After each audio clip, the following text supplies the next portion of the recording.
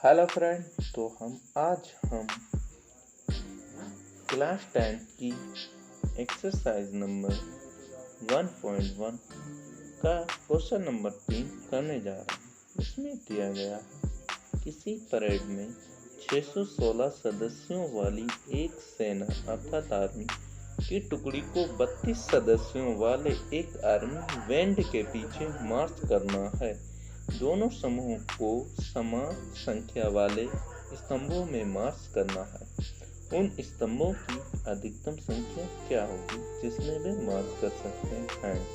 तो आइए हम सवाल को हल करते हैं। तो इस प्रकार से हम सेना के जवान कितने स्तंभों में मार्च कर सकते हैं, या हम ऐसे कह लें उन स्तंभों की अधिकतम संख्या HCF।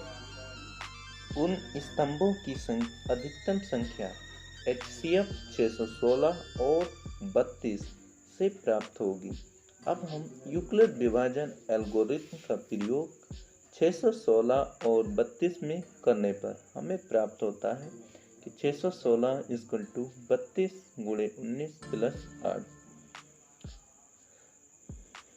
32 गुणे 19 करने पर हमें प्राप्त होता है 608 प्लस 8 करने पर हमें 616 प्राप्त हो जाता है। अब हम 32 और 8 का HCF निकालेंगे। 32 इक्वल टू 8 32 प्लस 0। इस प्रकार से 616 और 32 का HCF 8 है।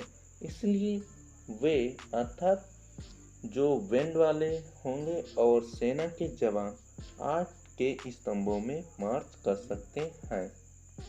इस तरीके से हमारा क्वेश्चन नंबर 3 कंप्लीट हो गया। अब एक्सरसाइज 1.1 का क्वेश्चन नंबर 4 दिया गया है कि यूक्लिड विभाजन प्रमेयिका का प्रयोग करके दर्शाइए कि किसी धनात्मक पूर्णांक का वर्ग किसी पूर्णांक m के लिए 3m या 3m प्लस 1 के रूप का होता है। देखिए, किताब में हमें संकेत दिया गया है कि यह मान लीजिए x कोई धनात्मक पूर्णांक है, तब यह 3q प्लस 1 या 3q प्लस 2 के रूप में लिखा जा सकता है। इनमें से प्रत्येक का वर्ग कीजिए और दर्शाइए कि इन वर्गों का योग 3m प्लस 1 के रूप में लिखा जा सकता है। तो आइए क्वेश्चन नंबर 4 हम हल करते हैं। तो हम मानते हैं कि माना कोई धनात्मक पूर्णांक a है और v बराबर 3 है। यूक्लिड विभाजन एल्गोरिथ्म से a equal to 3q plus r होगा, जहाँ q हमेशा ही 0 से बड़ा होगा और r बराबर 0 भी हो सकता है, 1 हो सकता है, 2 हो सकता है, क्योंकि 0 r के बराबर भी हो सकता है और r 0 से बड़ा भी हो सकता है। लेकिन जो v होगा अर्थात 3 होगा, वो हमेशा r से बड़ा ही होगा। इसलिए a बराबर 3q या 3q प्लस 1 या 3q प्लस 2। यहाँ तक हमें इनका वर्ग ज्ञात करके हमें सिद्ध करना।